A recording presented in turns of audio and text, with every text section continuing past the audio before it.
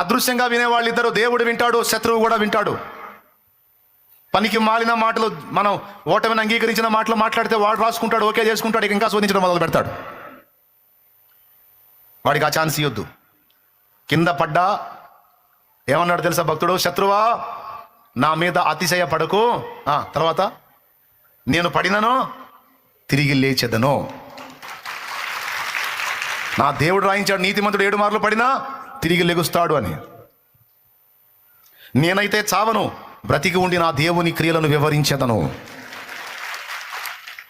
నువ్వు మరణ పడకలో ఉండి రోగివై ఉండి ఉండాలి, నా మాట ఏముండాలంటే నేనైతే చావను, బ్రతికి ఉండి నా దేవుని క్రియలు వివరిస్తాను. ఎందుకంటే నా దేవుడు సజీవుడు, సర్వశక్తుడు, స్వస్థపరచు యెహోవా, బాగు చేసేవాడు, బ్రతికించేవాడు, నిలబెట్టేవాడు.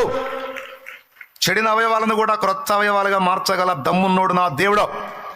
నేనైతే చావను, బ్రతికి ఉండి నా దేవుని క్రియలు వివరిస్తాను.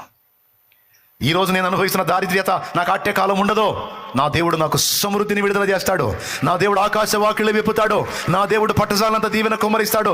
నేను నా దేవుని కొరకు పని చేస్తాను. నా దేవుని ప్రేమ అనేకులకు చూపినట్లు నా చేతులు నా దేవుడు సమృద్ధితో నింపుతాడు.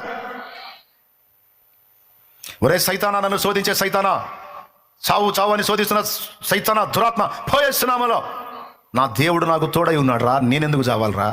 నువ్వు చావురా, నువ్వు పో నరకానికి. నీకు ఎటుకుడి ఉంది అదేగా, పో. నన్ను శోధిస్తావే దయ్యమా, నీకుంది పాతాళ అగ్ని, పో. నేనైతే సజీవముగా ఉండి నా దేవుని క్రియలు వివరిస్తా. నా దేవుని కోసం బతుకుతా.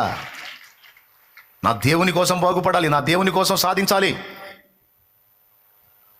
నాకెందుకు రాదు ఉద్యోగం? నా దేవుడు ఇస్తాడో. నా దేవుడు ఆలస్యం చేస్తున్నాడంటే శ్రేష్టమైన దాన్ని నాకు ఇవ్వబోతున్నాడు. నా దేవుడు నాకు ఎందుకు ఇవ్వడో? నా తండ్రి అన్యాయస్తుడు కాదు. నాకు ఉద్యోగం ఇవ్వటం కాదు, నేను 10 మందికి ఇచ్చేటట్టు చేస్తాడు నా తండ్రి.